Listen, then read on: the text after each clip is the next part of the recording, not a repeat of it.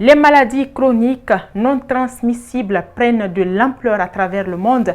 D'après les chiffres fournis par des spécialistes en 2016, ces maladies ont tué près de 41 000 personnes dans le monde.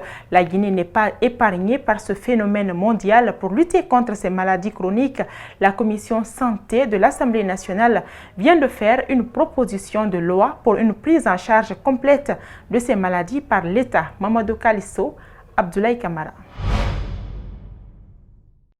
Dans les pays sous-développés, 85% des décès seraient dus aux maladies chroniques non transmissibles. En Guinée, par exemple, selon une enquête réalisée en 2009 par le ministère de la Santé et l'Organisation mondiale de la santé, 3,5% des Guinéens vivant à Conakry et en Basse-Côte, âgés de 15 à 64 ans, sont diabétiques. Sur la tranche d'âge de 25 à 64 ans, la prévalence monte à 5,2%. Selon la même source, 74% de ces personnes ignoraient qu'elles étaient malades avant l'enquête. Puis, la majorité de ces diabétiques n'étaient pas traités et ceux qui l'étaient n'atteignaient pas l'objectif du traitement. D'après la même enquête réalisée en 2009, 28% des Guinéens sont hypertendus. Là aussi, la majorité d'entre eux ne savaient pas qu'ils étaient malades. Selon Dr Amadou Kake, coordonnateur du programme national de lutte contre les maladies non transmissibles, les services de neurologie sont débordés par des patients victimes d'AVC, au service de dialyse par ceux qui souffrent d'insuffisance rénale. Le traitement des maladies chroniques non transmissibles est très coûteux. Malheureusement, il n'est pas suffisamment pris en charge. Seulement 2% des financements y sont consacrés sur le plan mondial. Lors de la clôture de la session des lois, la Commission santé a présenté une proposition de loi pour la prise en charge complète de ces maladies en Guinée. Beaucoup de nos concitoyens sont abandonnés à eux-mêmes parce qu'ils n'ont pas de prise en charge. Non seulement ça augmente la pauvreté dans les familles, ça augmente le taux de mortalité et ça provoque le retard dans le développement socio-économique de la nation. Alors nous nous sommes dit, il est important de tout faire pour qu'on intervienne en faisant une contribution pour prendre en charge à 100% ces maladies graves, chroniques, invalidantes. L'État peut bien les prendre en charge parce qu'il n'y a pas 50 000 personnes qui souffrent sur 12 millions. Voilà la proposition de loi que nous avons faite, mais pour le moment elle n'a pas passé aujourd'hui parce que l'État n'a pas fini d'étudier. Le gouvernement a demandé de le reporter pour la session budgétaire qui vient dans 3 mois. Ces médecins spécialistes rassurent les patients atteints de ces différentes pathologies. L'UNICEF, dans le cadre opérationnel, vient de mettre un lot important de médicaments à la disposition de la pharmacie centrale de Guinée. Ils sont destinés aux régions de Farana et de Labé. Sur financement de la Banque mondiale, le coût des kits médicaux s'élève à plus d'1 million de dollars. Reportage Djibril Ba, Yacouba Traoré. L'accès à des meilleurs produits sanitaires s'avère indispensable pour les communautés. Aujourd'hui, elles sont nombreuses à travers le pays à éprouver ce besoin qui ne passe pas inaperçu pour les autorités sanitaires. L'UNICEF, du coup, met à leur disposition des médicaments. Naturellement, il ne s'agit pas de donner les médicaments, il faut veiller à leur utilisation rationnelle. C'est pour cela que des mesures ont été prises pour faire en sorte que les produits arrivent aux bénéficiaires. Ces médicaments seront distribués dans les régions de Labé et de Farana. Le choix de ces deux villes n'est pas anodin. Des agents verront pour la circonstance à la destination de ces produits. Parce que ces deux régions font partie d'un projet d'appui au secteur de santé. Et c'est ce projet qui a jugé utile et nécessaire. Il faut absolument appuyer ces deux régions en termes de médicaments. Les cas de décès, de mortalité néonatale et infanto-juvénile sont monnaie courante dans les deux régions ciblées. Les bailleurs de fonds promettent d'appuyer le gouvernement guinéen pour inverser cette tendance. Je voudrais à cette occasion réitérer l'engagement et la disponibilité de l'UNICEF à accompagner le gouvernement de Guinée dans sa vision où toutes les populations sont en bonne santé et ont un accès universel à des services et soins de santé de qualité. La santé est un droit indéniable pour les enfants, les femmes et les hommes de la Guinée. Nous restons convaincus qu'ensemble, nous relèverons le défi de la relance d'un système de santé robuste et résilient, gage d'un meilleur état de santé, de bien-être et de développement pour les populations guinéennes. Ces médicaments qui valent plus d'1 milliard de francs guinéens ne seront pas gratuits une fois dans les lieux indiqués.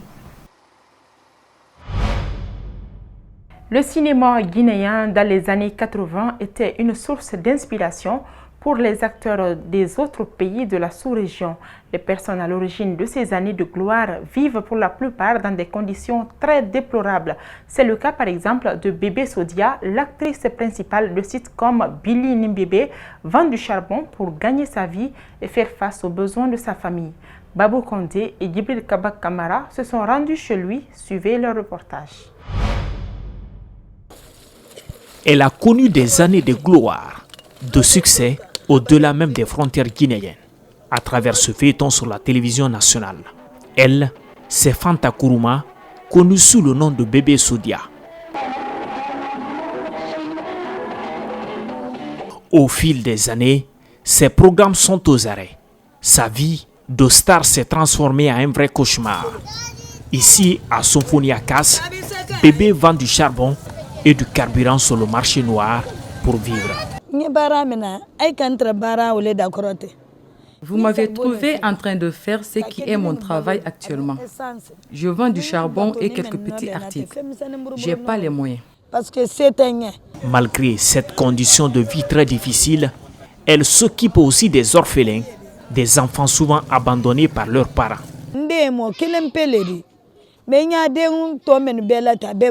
Je n'ai qu'un seul enfant. Tous les autres, ce sont des orphelins. Même les jumeaux ont été abandonnés devant ma porte. J'aime les nouveau-nés. C'est la leçon que j'ai donnée dans mon film. Montrer qu'il n'est pas bon d'abandonner l'enfant. Dieu seul sait ce qu'ils vont devenir.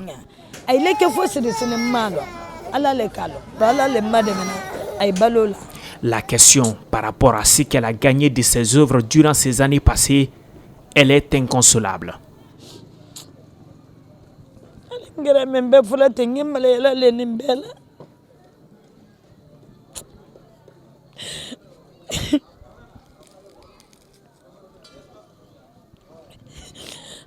Elle affirme son regret.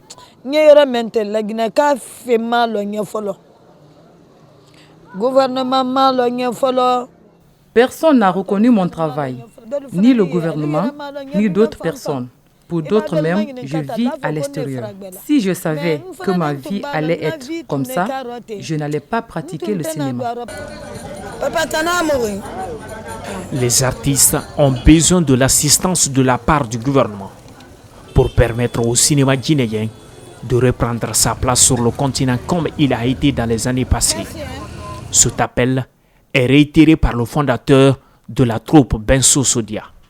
Je demande à l'État, humblement à l'État, Kassori et son gouvernement, au chef de l'État, le professeur Alpha Condé, je lui demande de penser aux artistes, qu'ils nous prenaient comme avant. Même si on ne nous rémunère pas, même si on ne nous paye pas, mais qu'on nous laisse le choix de notre sponsoring. Lancement du championnat de la boxe militaire. Ce jeudi a démarré la compétition sous-régionale de boxe abritée par la Guinée qui va mettre en jeu les militaires des pays de l'Afrique de l'Ouest. Lors du lancement qui s'est tenu au stade du 28 septembre, les organisateurs sont revenus sur l'importance de cet événement sportif dans la région. Rosaline Goto Monemo, Abdourahmane Ba et Yacouba Traoré pour le reportage. Les militaires des pays de la sous-région ouest-africaine s'affrontent, mais sur un ring. Un ring sur lequel se déroule le championnat de boxe militaire et les règles sont simples. Je voudrais inviter les athlètes à l'esprit de compétitivité, de fraternité et d'amitié qui constituent les fondements même de leur compétition sportive. La réforme de l'armée fait partie des promesses tenues par le régime du président Alpha Condé. Et d'après Oyegila Vogui, son ministre de l'Environnement, la participation répétée de l'armée guinéenne à cette compétition est partie intégrante de ce projet.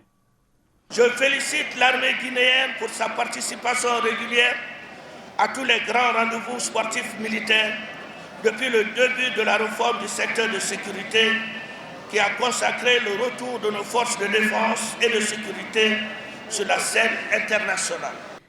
L'armée et le sport sont intimement liés et le responsable de l'OLAO en est conscient, d'où l'initiative d'une telle compétition dans la sous-région.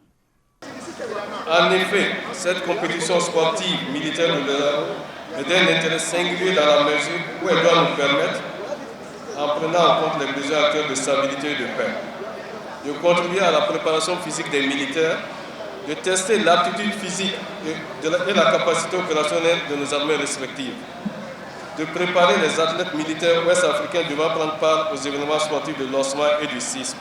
Ce tournoi sous-régional organisé en Guinée porte le nom du président de la République, Alpha Condé.